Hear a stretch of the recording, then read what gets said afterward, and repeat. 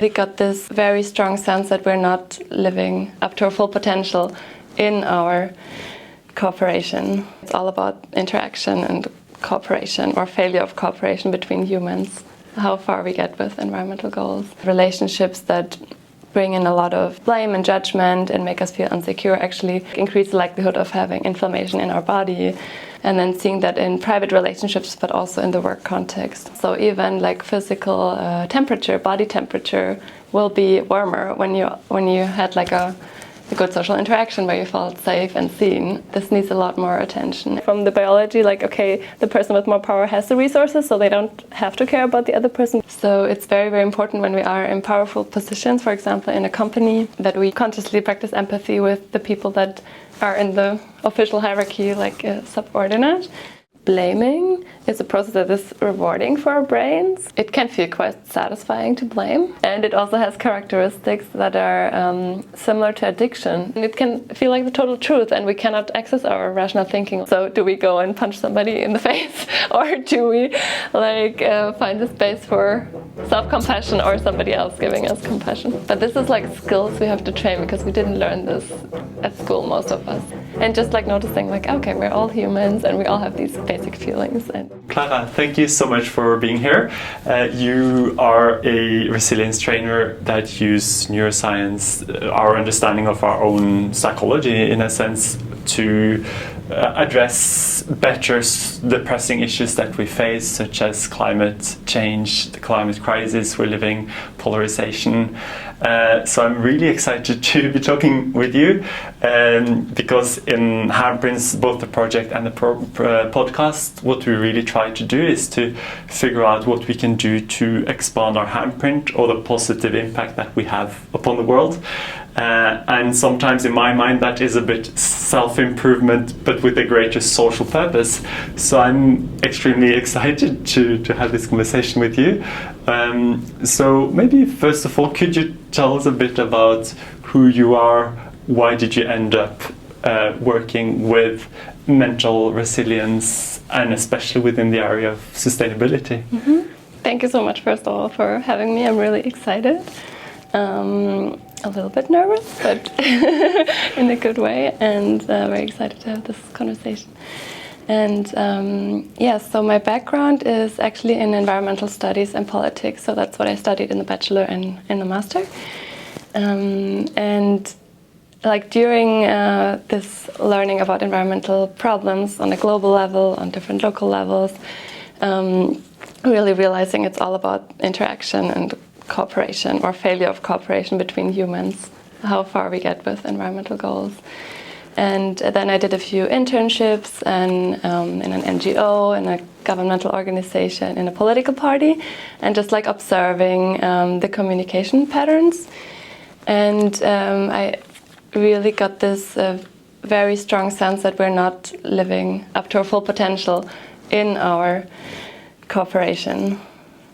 So I noticed a lot of emotional burden in people, and a lot of unspoken things that built up over time, and then the kind of sometimes rivalry about positions or resources, sometimes back-talking because somebody got frustrated about something but doesn't bring it honestly. So, and this all like kind of felt like this emotional burden in the background that holds back our potential to even think or access our full brain capacities. So that's how I got very interested into new ways of accessing teamwork. And then I did a few trainings which just expanded my view. And then from that on I just felt like, oh, this is so important to bring these kind of new ways of teamworking into environmental fields. That's where my passion started, and then I just learned more and more, and experimenting now with workshops and offering these services. I think as humans we're very attracted to the clear answers to when we can do something and we see the results immediately. It's very measurable in a sense, and when we talk about social impact, there's a whole movement called effective altruism, which evaluates like if you donate money, how can you do this in the most efficient manner? Between $3,000 and $5,000 saves a life, and all of these things. Or if you're passionate about animal rights, you can become a vegan and reduce the suffering of so and so many animals. And I feel that often this part that you're talking about now, the communication, how we collaborate, it's often not so prioritized because it's more indirect in a sense. But in my opinion, that's often where most of the potential lays, because it's the way that you interact with people, that you handle your relationships, that you walk around in the world. That is the way that you can inspire people, open people's eyes, and together create this collaboration for these very specific measurable results. But that's how you make this impact scalable or exponential in a sense, because that's how you get people on board on your project. I very much agree, and just like learning more and more about the neuroscience of our communication and relationships, I got really astonished about how much impact it has, because I think often it has like this image of like, oh, this is like the soft topic, this is just for like these I don't know, soft people who have like the time and privilege to like kind of do like me, oh, I need this and I need that, but it's not like the hardcore stuff that we need to do effective change. But like learning about interpersonal neuroscience just really opened my eyes in another way. So maybe I can share a few insights from that. It would be brilliant, yeah. There's a social baseline theory, and it says like that actually our bodies are designed in a way that we only access our baselines of our like physiological functions, like that what we need to be healthy when we are in safe social settings. So it's really built into our biology, this expectations that we are in safe social relationships. So this idea of individualism, that it would be totally normal to just like live a solo life and just like be most of the time by ourselves and with our computer, just doesn't let us access our physical energy and health. So I think this is like one thing that is very underestimated. And then things like around inflammation, for example, that like relationships that bring in a lot of blame and judgment and make us feel insecure actually like increase the likelihood of having inflammation in our body, which of course like has big health implications. So I think this interlinkage of relationships and physical health, and of course physical health is the basis for productivity and work, using our brains in a good way. I think this needs a lot more attention, and then seeing that in private relationships but also in the work context.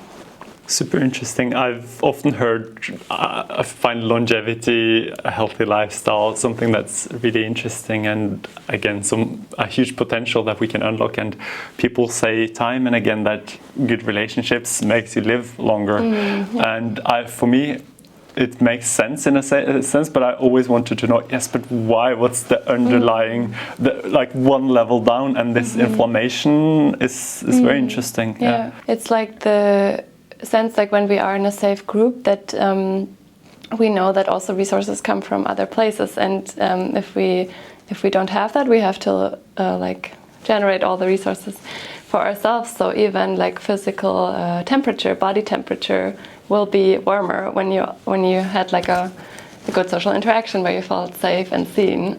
So it really impacts like all levels, and blood pressure and oxygen levels in the blood. So it's very, very basic.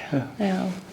And this is both something this knowledge we can apply in order to achieve the most ourselves, but then apart from our relationship with ourselves, any other relationship is with other people, which means that if we do things to improve our own relationships, that has the inevitable impact or the handprint of also having hopefully a similar effect on other people as well. Totally, and I guess it's like the ripple effect. When one person is more recharged socially, then they can give it more to others as well. Like one of the main pillars that we tackle in handprints when looking at social impact is, or the first pillar actually, is our own happiness, because of the belief that the happier we are ourselves, the more well that we feel, the more energized, that this is without any conscious effort from us, it is going to seep into our relationships in the world. And then on top of that, you can add like more conscious decisions of maybe smiling to a stranger, or trying to be more conscious about the compliments that you give, not just think them, but actually speak them. Yeah. But just the fact in itself of being more energized, more content is something that already has an impact. Yeah. And actually the most impact on happiness is, as I read recently in a study, is like the aspect of mutuality, like how much we experience ourselves as mutual in our relationships. So it's a very this inner sense of how easy do I share my inner thoughts and feelings with the other person. It could be like a partner, but it could also be like friends or colleagues, or maybe colleagues with a little bit more on the professional level, but in general, like feeling mutual in a sense, like how easy do I share, how easy does the other person share and I receive it and welcome it, and also how much am I generally interested in the growth of the other person. And one interesting aspect about power is actually like that when we when our power increases, it's more likely that we tap out of this mutuality. So it's the process of mirroring in our brain gets more difficult to access, like that we actually read the other person's emotion well, that we mimic the other person. Like usually it's very quickly that we kind of tune in and that we pick up some of the things or wording or gestures, but with more power, in a sense, it's these processes become more unlikely for our brain. So it's very, very important when we are in powerful positions, for example, in a company, that we maybe know about this, to be conscious of it, and to consciously practice empathy with the people that are in the official hierarchy, like subordinate. And that could also lead to a bigger mutuality and a bigger happiness for those people in the work relationship. And then again, having more mutuality and the more experience of safety in the relationship also increases, like that we can access our prefrontal cortex with our conscious thinking, with our creative thoughts, and getting out of fear. Because when we are more scared in a relationship of judgment and blame, we will be more in our fight and flight mode. We will be not able to access our conscious thinking. So relationships are so the basis. And then also when you're working in sustainability, of course, you need creativity to have new solutions. We cannot solve the problems with the old thinking. We need the creativity. So psychological safety in the workspaces is very, very fundamental. And within any kind of relationships, romantic, professional, within the family, you're saying that as the person who has more power, if there is a power difference, you have more of an impact on the other. You have more, what you do has more of an impact making the other happy or unhappy than vice versa. Is that a bit how that your actions impact the other more than that person impacts you? You mean like what is the definition of power? No, just, is this kind of the result, or is this one of the outcomes? I think if you see like power as a way, like you have more ability to control resources that both of you need, or you could restrict the other person from fulfilling their needs. This kind of power has this effect on our brains that it's easy to not empathize with the other person anymore. And then, of course, if you are in that mode, you could easily step over the boundaries of that person, or not see their needs, not hear their needs. So there was like this very interesting experiment with where people were supposed to write the letter E on their forehead, and then I mean, you could just, for people listening, just like imagining like doing that for yourself, like with a adding that you can wash away after, just writing the E on your forehead, and then in the experiment, the people before would write a short essay, a short experience about either an experience where they felt powerful and control over others, or where they felt like overpowered by others. And then it came out in this experiment that people who were connecting to the experiment where to the experience where they had power over others, they would more often write the E in their from their own perspective. So they, like, in their inner eye, they could read it, but people from the other side would see it in the wrong way. But if they were more connected to an experience where they felt others having power over them, they would write it more in the way that others could read it from the right way. So what does that mean? I think it's very eye-opening in the way that when we have more power, we have a tendency to get more self-referential. So we experience our world as like the world, and others sometimes don't really exist for us, or only as a function to serve our goals, or as enemies, but not as actual like living beings that we need to consider. Yeah, I think sometimes when I'm like, okay, I want to feel more empathic now, I'm just like imagining to writing the E in that way that the other person could read it, like just to getting into that mindset, how is the other person perceiving it there. Yeah. I'm going to, when you said the example with E, I tried just to illustrate to write an E on myself. I'm going to go back in the video and see what direction I wrote it, do an analysis of myself, and not to judge it also, because we will be usually, many people will be in both situations at some points. Probably not everybody, but it can really shift from situation to situation, because these people were also just primed. They were not in an actually more powerful position, but they were primed with their own former experiences. And maybe to add, like when you are in a more powerful position, it's not even conscious thought and intention that can bring you back to accessing the mirroring process. But the only thing that works is like remembering a situation where you also felt powerless, or where others had power over you. Then you come back to accessing the mirroring process, and you can feel empathy with the other persons again. Yeah. And where does privilege fit into this? Yeah, very much. Thank you for the question. Very, very much. Because, of course, with each privilege, it gives us power. In the different areas of life, and so that means that when we are in a more powerful position than our counter person, that we might be so self-referential that we don't really see them, or we don't really like attend to their needs. But people in the less powerful position with less privilege, they will use more capacity of their brain to read the other person, to read their needs and feelings, to read their cues. So, like from an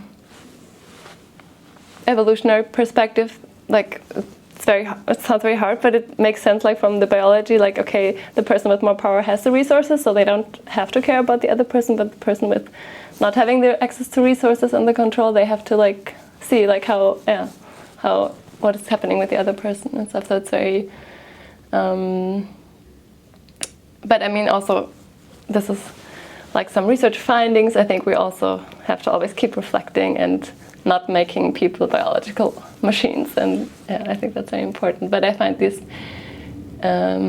findings from experiments and brain scans very, very interesting, because I think then we can be more aware of our own brain patterns and notice them in daily life and be like, oh, now I was just circling around myself. I did not really see this person. Okay, it's a normal process, but I know that I don't have to be a victim of that process. I can connect to my own vulnerability and then feel more connected with the other person as well. Yeah, and circling back what we said before, like just also this huge impact of privilege that we don't consciously are aware of, that we don't try to transform, how much impact that has on a person with less privilege when they are, from a nervous system perspective, not really considered another being, an encounter, but more like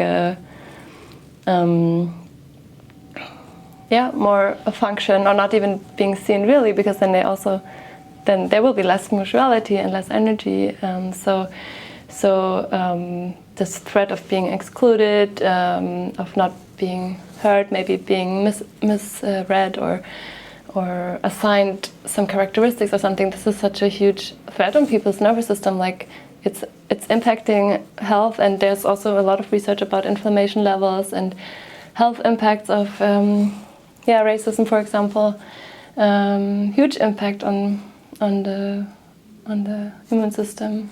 Yeah, and I think that's often not regarded in the discussion or from a privileged perspective. That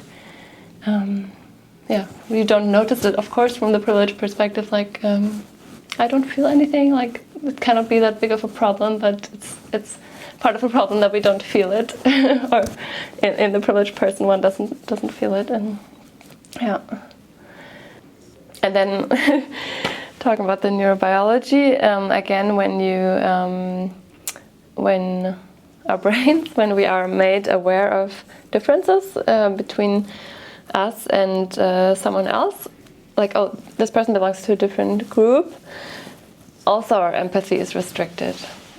So stories from politicians about people who migrate to the country, that they are different, or these groups of people, they have this characteristics. This all is something that really impedes our empathy processes in the brain.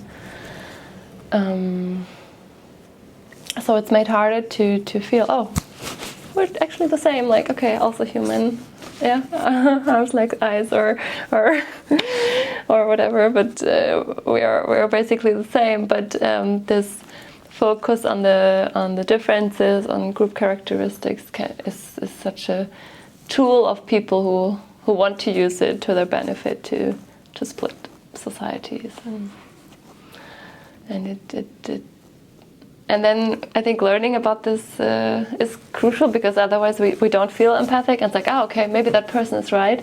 And then coming back to the blame that you were mentioning earlier, that blaming is a process that is rewarding for our brains, and it like generates a sort of emotional relief. So it can feel quite satisfying to blame, because then we don't have the responsibility ourselves, and it can feel very true, even though in a rational way it's like most of the time not true. And it also has characteristics that are similar to addiction, so it's very easy to think blame in a repetitive way and just like think it again and again. Like maybe you know this from a private setting, like sometimes I can catch myself with specific topics and like kind of going back to that situation for myself or another person, and just like the blame comes up and again. But also on the collective level, like this, it can be easy to stick with that and feel really true. So not trusting our blame and using our conscious thought is very, very important. But that could explain a lot of things. The fact that we get less, actually on a neurological level, gets less empathic to individuals who are different. Yeah. And this is, I imagine, this is across any kind of organization that we can do, any kind of division that we can create in terms of appearance or behavior or nationality or political views or species as well. I think there's I've been reading a few books of a psychologist, Melanie Joy, who writes about relationships. And one thing that she writes a lot about is exactly this, and this how we can completely justify the domination of another group, both in the past in terms of gender differences, but also apartheid, slavery, and today large-scale animal abuse through animal culture. And she talks about 3 N's, how it's normal.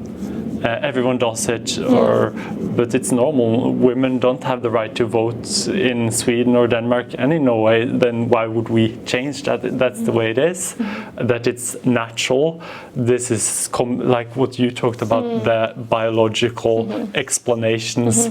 No, but women are less assertive, or that there is some sort of natural explanation for this, and that it's necessary. Like, this would destabilize society. But then what you're saying is that the fact that we actually have less empathy with participants of a different group, that's maybe something that comes in like in addition to these three strategies to maintain an abusive system. That it's very it's kind of easy, like it often doesn't hurt the person in the privilege,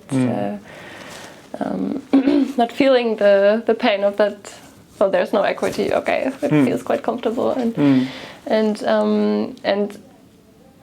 there's also research about like that with our privileges, or a person with specific privileges feels like they deserve them. They deserve them because of who they are.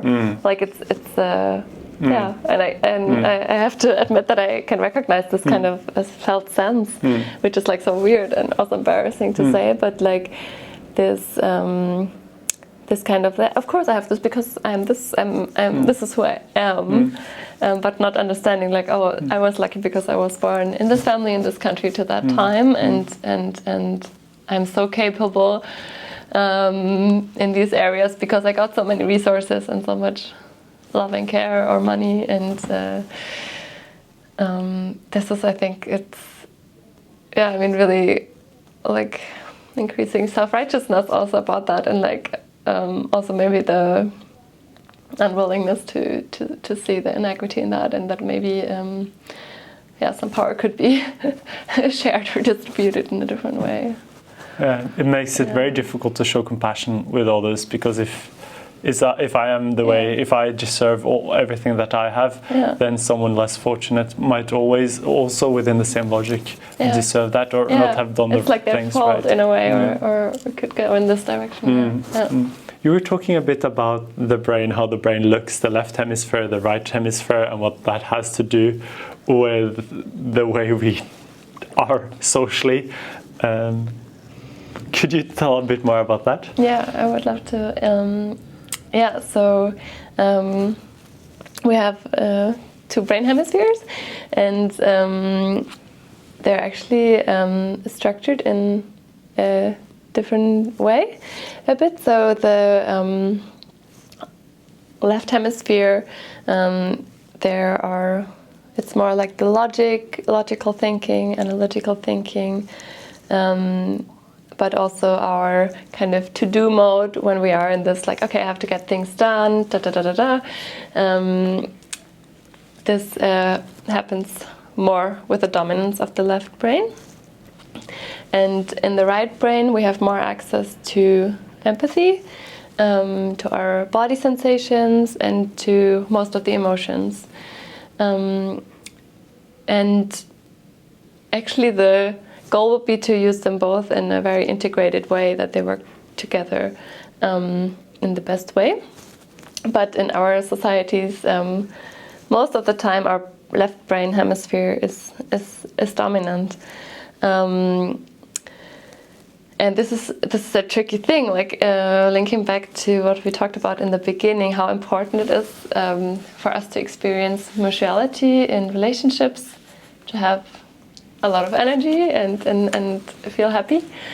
For this, we need the integration of the left and the right hemisphere, because when we are in a dominance of the left hemisphere, when you have new information will be processed through the process of blame. So blame is like a very default mode to process new information for the left hemisphere. But like we said earlier, the harmful impact of blame on others and like creating an insecure social atmosphere, it's very important to be aware of the blame maker and not let it run the show. And why is it that in society we use the left one more? Is this something that has been developing over time? Is this fixed or? A very good question. I don't know the starting point, but there's a book by Ian McGilchrist, like where he goes back in human history and like kind of analyzing the role of the hemispheres in the big movements, because in the left hemisphere it's also very easy to see other people as functions, like to my own benefit, and yeah, because the empathy needs the involvement of the right hemisphere. So with the left hemisphere we go more into rigid thinking, we go more into black and white truths. We are more in a mode of getting things for ourselves rather than being in service, because we don't feel ourselves really connected. We feel ourselves more as, okay, maybe in the to-do mode, getting things done, driving forward. We're more inclined to want to have control. But when we bring our right hemisphere more in, we can access more a perspective of holistic, like, oh, this is a holistic world, it's complex. We're more able to allow complexity and relationability. So, oh, this is a complex world and I'm in relation to the other person, to you, to the space, to nature. But we cannot access that in the left hemisphere because we will always want to have like clear-cut truth. And also with the dominance of the left hemisphere, we will believe more that we will overestimate our own knowledge and like think, okay, we have the truth and we don't have to be really curious about other people's truth or something. We feel very like easily self-righteous, like in this kind of mindset. So I mean, hearing that, you can probably already sense like, oh, this is not such a nice environment to work in, to have in the family and stuff. But it's very present. So with the resonance work with Sarah Payton, we are learning to bringing these together. And yeah, we do that through different exercises. So knowing that the right hemisphere comes online with naming body sensations. So this is a big part, often really going into observation, noticing like, where is tension, where is relaxation? Okay, I notice maybe my belly is a bit tight, but I feel like warmth in my upper body, noticing some tension here or something already like brings the right hemisphere, makes it more active. And then also, for example, poetry, like the visual metaphors, something that is more in this way of the creative side. Yeah, it can involve more the right hemisphere. So, for example, when I feel very upset about something, I could, for example, find a metaphor for my feeling state. So I could say, oh, this felt like I'm the small mouse and there's like a huge elephant and it's like about to step on me. And it feels really like that. And then I noticed like a small relief. Yes. And this also links to the relationship of our prefrontal cortex and our amygdala, if I should speak a bit more about that. I was just before wondering, you said that naming sensations in the body, poetry, maybe other forms of art as well, I don't know, are ways of awakening or giving work to the right part, the right hemisphere. So are these actions that can, and then this inevitably causes ripple effects of us using the right hemisphere more in other aspects of life, when we relate to people, when we make decisions, or are there other things, other measures we can do as individuals and as a society to integrate these more? Yeah, very good question. I think there's probably a bunch of ways, and probably I only know a few, and I'm sure other people could share also more on that. I mean, just like they also start working well together when we do physical activities, like biking or things where we use both body sides, because our left brain side is like controlling the motor functions of the right body parts, and the other way around. So just like going for a walk will already bring some integration. But the important thing is how we react when we are emotionally activated. So maybe some have already heard of the amygdala, like a small part of the brain of the limbic system that will detect for danger and really like does a lot of things, but sending signal when there's alarm or sending alarm when there's danger, and a lot of our trauma is also stored there. So when we feel like, when you say like, oh, I'm emotionally triggered or something, this amygdala is super active, and then it depends on how do we deal with this activated amygdala. So do we go and punch somebody in the face, or do we like find a space for self-compassion or somebody else giving us compassion? And so we can really train our conscious thinking, our prefrontal cortex, which is like here and behind the forehead, to turn to our amygdala. And this is like, as a symbol, you can imagine like you're like an adult turning to a child, because the child is like, what's going on? I'm scared. And then the adult turning like, okay, like really tuning in, what's alive for this part.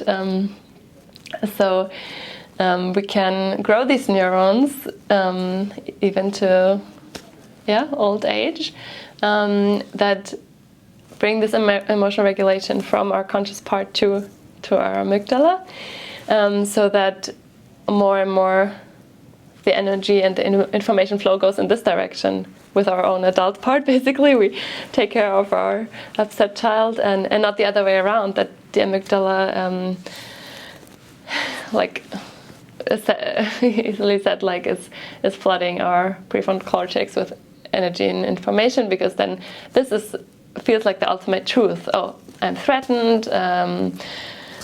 This is not safe. I have to kill someone. And then it can feel like the total truth, and we cannot access our rational thinking. Like, hey, what are my values? Like, what makes actual sense for long term? Yeah, I don't want to make fun of this, but just like the dramatic experience of how it can feel when our amygdala is running our thought experience, and this can feel like the total truth then. So it's very, very supportive, and I think there should be a lot more education about emotional regulation, that even children at school can learn this, why they feel in a certain way sometimes and what they can do about it. And then linking back to the hemispheres, it's the most effective for emotional regulation when we turn to our amygdala with both the hemispheres.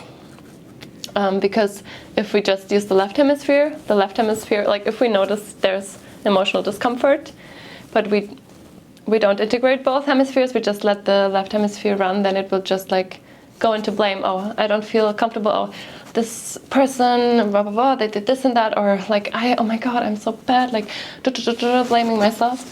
But it does not really regulate. It does not really calm, or improve our relationships, of course. And so if we bring in some of the more visual, noticing our body sensations, but also naming feelings and needs in a very precise way, and expressing them in words or writing them to ourselves, can bring like this more integrated regulation of the amygdala. Yeah, because the linguistic system is also in the left hemisphere. So when we notice body sensations and express them with words, it's also strengthening that integration. Yeah. And you got the invitation for this interview quite late, just 2 days ago, and then could you do it on Saturday? Yes, let's go. And then you got the information that it would be with cameras yesterday evening, I think. A lot of pressures, or a lot of you said that you needed to mentally prepare, and then you said today that now you're mentally prepared. So I was a bit curious, hearing from a resilience coach, what did that time between you found out about the interview, the cameras, everything that sounds scary and very serious, until being mentally prepared? What would be the steps that you were taking? That's a very sweet question. Yeah, no, I think in this instant it was not such a big process, because there was also a lot of things going on. So I think it just helped me to take a moment last night to like kind of think through, and then I felt like, okay, I'm a bit collected in my thoughts, and then I already noticed calmness, so I didn't have to do like an emotional regulation exercise with that. But sometimes, I mean, what I do is, it can be journaling. So I would like take one situation where I feel like insecure, upset, whatever the feeling may be, and I'm like taking a moment. It could just be 10 minutes or 5 minutes, and just quickly noticing, okay, how is my body doing? Do I notice 3 things? Maybe my calves are a little bit tense, maybe my jaw is tense, or I feel my shoulders are very tight. And then I write that down, and then I go, okay, what are specific feelings? Okay, oh, there's anxious, some anger, and some grief. It could be that complex, like 3 very big feelings. So I write it down, and then I go to needs. What needs are underneath there? Oh, safety, need for compassion, need to be seen, for example. And I write it down, and that already brings like a calm, like my system, my amygdala feels like, oh, seen, okay, there's somebody taking care of that. And of course, then I could go into strategy, how do I get these needs fulfilled? But already naming that can help. And then I also have like practice partners where we just like quite regularly have calls where we give each other this kind of attention. So it can be self-regulation or co-regulation, as we call it. So which are these 2? Yeah, so the self-regulation is when I do it with myself, with journaling, or just talking to myself. I could say like, oh, Clara, wow, I see your belly so tight, like, are you really scared? La la la la la. Or if we do it together and you share an experience, and then I can give you this kind of attention, like kind of like checking in, how is your body doing? And wow, do you need really acknowledgement of fear? And then going and touching on the needs, and it's very, very sweet process, I think, because it's very, very connecting, and just like noticing like, okay, we're all humans and we all have these basic feelings, and not taking myself out of that relation, like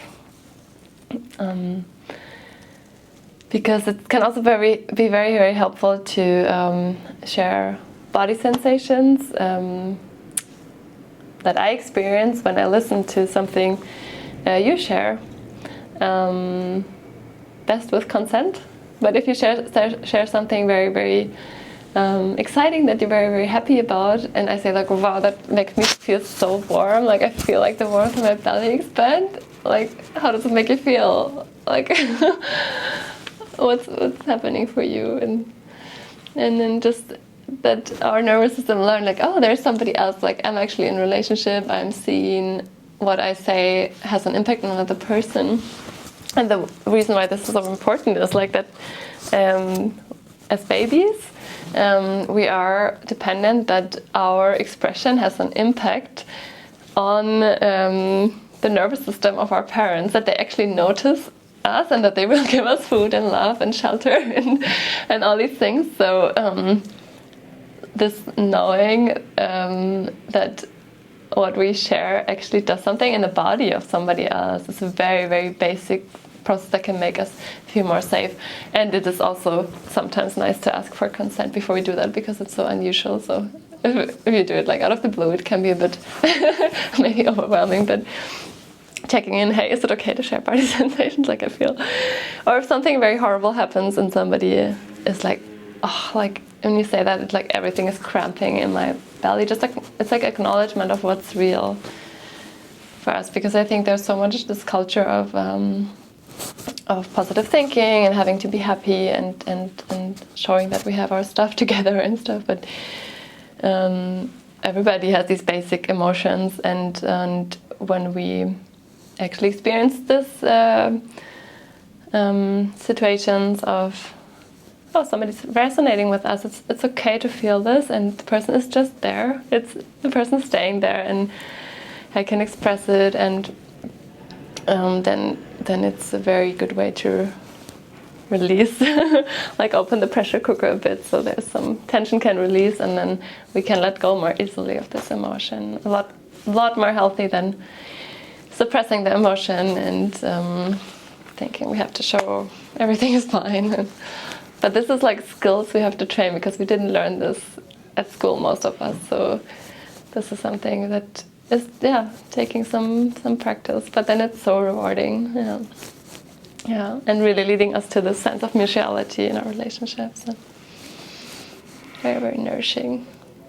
This is something that I have started doing recently, and it's been very important, but before, through the majority of my life, I didn't know I was feeling things, because when you're not listening, when you don't have your antennas out, at least for me, I didn't think they existed. I thought I didn't have any feelings almost a lot of the time, and then it takes some practice to really pick up on them and to say them out loud to my partner is the first step to actually looking at the needs and seeing that there are needs there. Now let's start thinking at the strategies. But what you're saying, just sharing them, is already lifting a bit of the burden, and kind of creates an intimacy, and it creates this sort of understanding that if I'm being difficult, because that's often the outcome, that I have some internal stresses, some things that are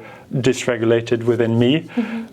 People on the outside might see that in more irritability, or so even if I don't notice them myself, it's going to impact other people. But if I'm able to say that I'm feeling somewhat dysregulated, then it opens up for the other person to feel compassion and understanding instead of irritation with my difficult sides. Yeah, totally. I have what I call a happiness list. That is just a list of all the things I do every day in order to feel as good. It's basically my to-do list, but with a very happiness focus. And I focus a lot on the things, like the very practical things to do. However, I think that happiness or well-being is so much more multifaceted than just going for a walk, doing some exercise. It's really understanding yourself, what you are saying, picking up on these small cues. There are so many nuances. So one thing that I'm trying to incorporate more into my happiness list is not just ticking off the things that I am doing, but evaluating the feelings that I'm having. So my question for you is, what are the kind of feelings or sensations that it could be useful to evaluate. Nowadays it's how happy was I today, which is a very broad concept. How stressed did I feel? How energetic did I feel? How focused did I feel? But these are still broad categories, so it would be interesting to hear how would you design the happiness list for kind of picking up on cues that you might be dysregulated. Interesting. Is it like a as a practice to do in the evening to kind of prime yourself more towards feeling this more? Yes, getting to know my own spectrum and see, okay, today I felt like this, how can I feel a bit better tomorrow? Yeah. Interesting, yeah. I feel, thank you for sharing this. Like, I love the, like, taking care of ourselves in this kind of, okay, there's like this time of the day where I check in with myself and kind of have this continuity of observing my well-being. I love that.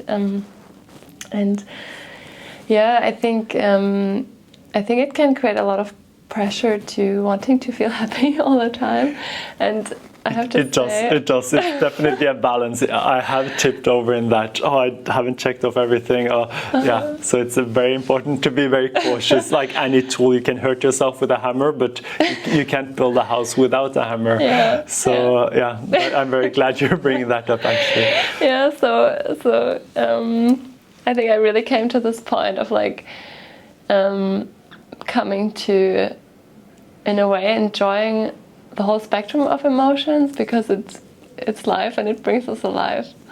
And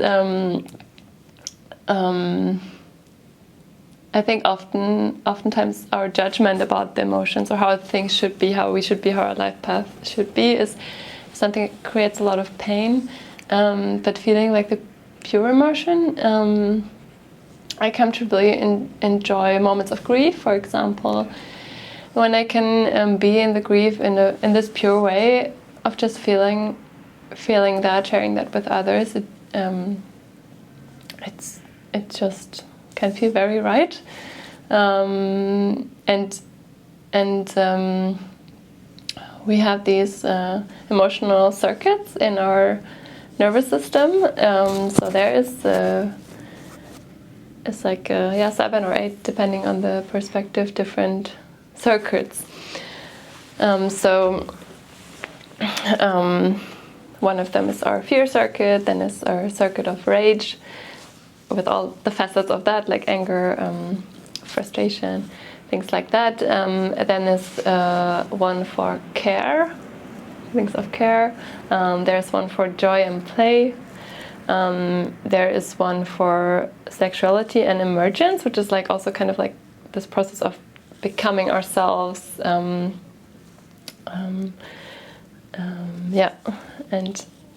developing ourselves, and the circuit of disgust, which is like acknowledged by some research and not by others, but disgust can be very important for setting boundaries, for feeling like physical disgust, but also morally or socially, and we need this circuit to be running well for being able to set boundaries and feeling our boundaries. So there's it's like this whole spectrum, and when we block out some of these because of our beliefs, then we're kind of like cutting off some of our life energy, because all of these are built there for a purpose, right? So if we have our fear circuit running well, then it's very useful for us to know like when situations are dangerous, where we should watch out, where things could happen.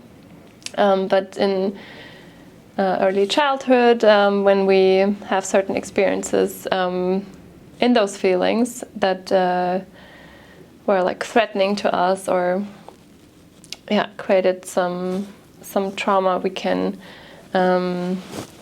build blockages on those circuits. So it could be that I never allow myself to feel angry, because maybe, I don't know, whatever happened was not, I did not want to feel. It could also be a play circuit being blocked when a child was in a very strong play state, and then a disruption happened because there was a like an accident or something, that's like, oh, it's not safe to be in the circuit. And also these circuits can link with each other. So it can be that they light up always together. So that could be, it can be a lot of a variety of the human experience. It could be something that when people go into sexuality, that they always feel grief because something happened that linked these circuits together, or they always have to cry, or they cannot tolerate when other people are in play because it's linking to some of their trauma. So I think it's so rich to access this, the whole facets of the emotions, because they all have their functions, and working on releasing these blocks, so we can feel the most integrated whole way. Yeah. So in a society where we are often trying to avoid many of these feelings that are considered negative, how do we get to that point that where you were, that you said that you're able to actually be in the grief and enjoy, in a sense, the grief? How did you get to that point? How could I get to that point? And how could we as a society get to that point as well? I'm really longing for first more education about emotional regulation in schools and in the public, having more awareness, because I think it can help to have like the rationale why this is very helpful, why this is very healthy, and to increase the motivation. And then it's like practice. So it's really these neurons for this part of the brain are very very open to grow.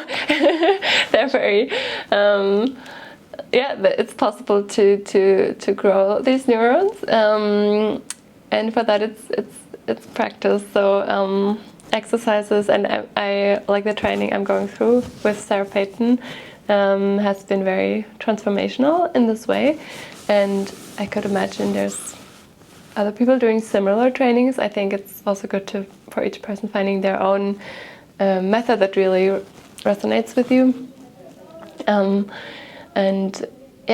having this basic process of noticing and being with.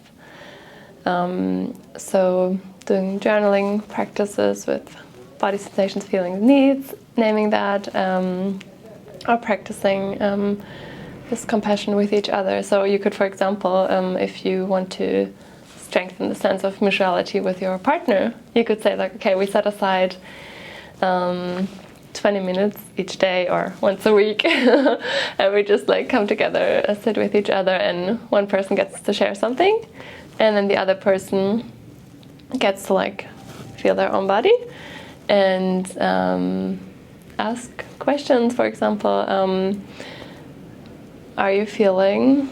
And then in the feelings that come up for you, like asking as a question. You never assign other people, oh, I know you are feeling this and this. This is very disruptive. But asking it with a specific suggestion of a feeling word. Not asking like how you're feeling, then the other person has to think, and then we go into cognition. But what we just want to be seen and received, and then we get to say like, oh yeah, it's that feeling. Oh no, actually not. It's more this and that. But it doesn't matter if we guessed wrong, because it's more about sensing this kind of attention from the other person that we can relax into, or they're actually generally interested in what is true for us, and we have the space of saying yes and no. And having the time to actually sense and expressing what it is, and then doing that the same with needs. And then you could also offer your partner a metaphor guest, saying like, are you open? It's good to ask for consent. Are you open for a metaphor guest? Then the other person can decide if they want to hear that or not. And then you could say like, wow, when I'm listening to you, I wonder if it feels like you were in this like kind of spinning wheel, and it's like it's not stopping, and you just cannot, like, you can't do anything to stop it, and it doesn't feel anything like this, like asking it, just offering it as like a gift, and the person gets to say like, no, it feels more like I'm on this like long hike and I just don't know where it ends. They can make their own picture of how their state is feeling like. Or they could say, yes, it's the spinning wheel, but it's more, I don't know, I can see the other person spinning it, or like adding some details, what makes it feel more true to them. And why the metaphors? Why the metaphor? Because the metaphor brings in our right hemisphere, because that's where the visual, poetic kind of thinking comes in. So then when we express that with our language, with our linguistic center, both of the hemispheres working together to understand what's going on in the amygdala. So it's very, very calming, usually, yeah. And we know that the metaphor lands and is right for us when our body relaxes. So we can really watch out for when our body is really relaxed. And then you could switch around and have the other person share something, and then you're responding.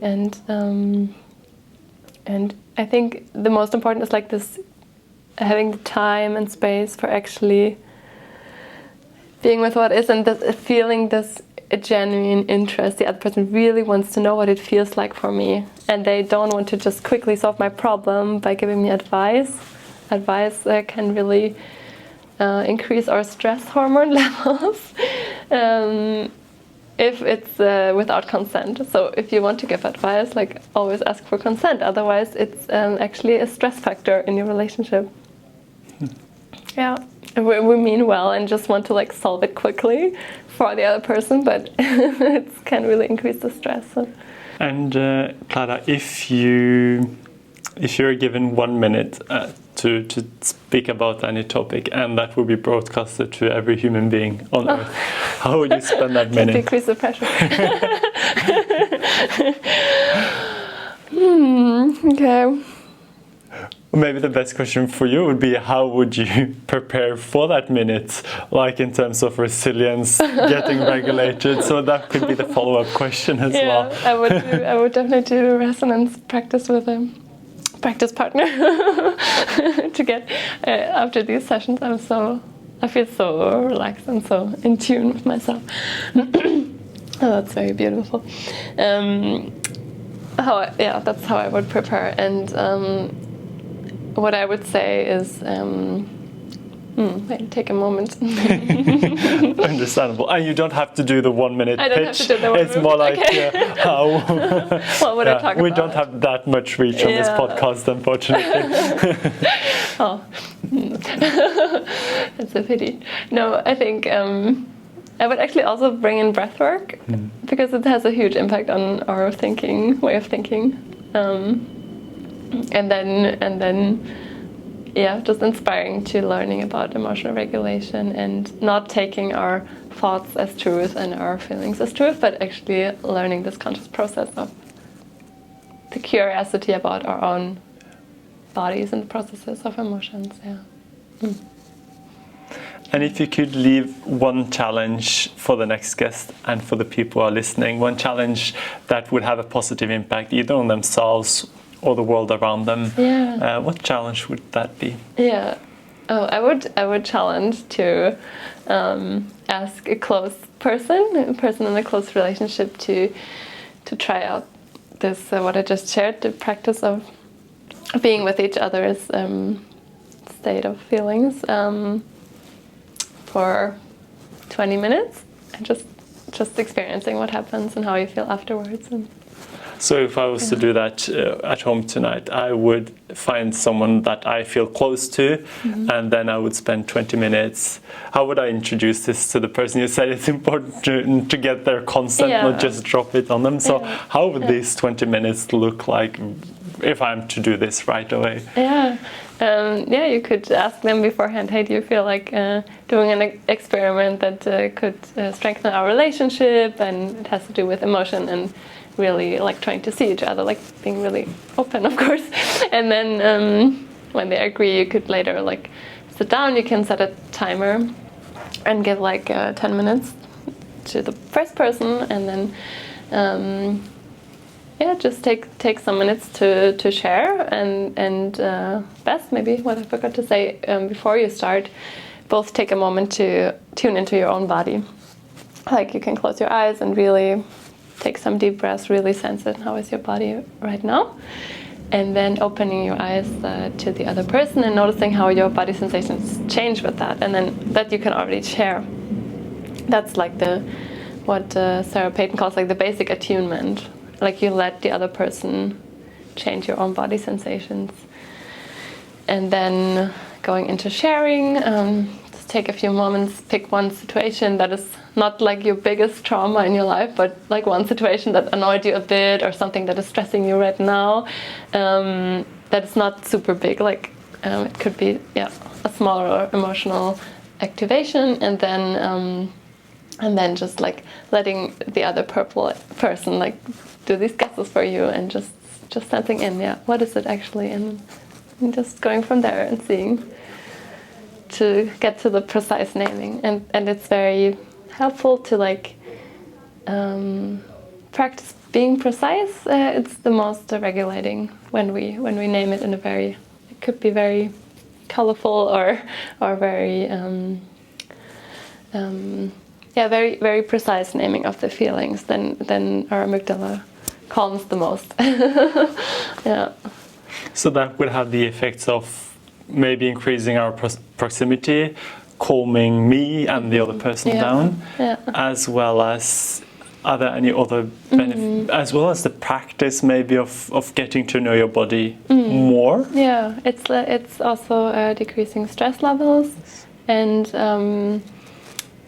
you also get out of a fight and flight mode should you be in that, like accessing more the parasympathetic part of the nervous system, and starting to grow these neurons that help us with emotional regulation. So the more you do that, the more easy it will be, because in the beginning it can feel quite awkward, like to naming that, like it's not very usual. And it can feel even like stupid or ridiculous, like this is not so important and stuff like that, but just like observing what actually happens.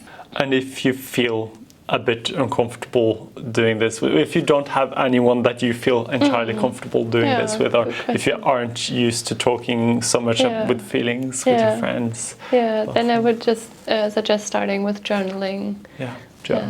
Doing the body sensations, feelings and needs with one specific situation. You could do that every evening or once in a while, just picking one situation in the day that kind of made you dysregulated, and looking what it is. And also it's also very important to accompany your own joy, because our joy circuit is very vulnerable, and for many people it's very difficult to be actually in joy. So also naming the joy, and like very specifically, I'm feeling excitement, I'm feeling glad, I'm feeling grateful. Naming that is also very, very supportive for us to be able to be in that circuit. And Clara, thank you so much for the conversation. As someone who is starting to figure out to be in touch with my own emotions and my own sensations, but who have definitely figured out the importance of this work, this has given me lots of new tools talking to you. So I'm really excited to continue the process. So thank you so much for the conversation. Thank you so much as well. It was really a pleasure to dive into that, and thank you for the good questions, and really, bring it together and open the doors.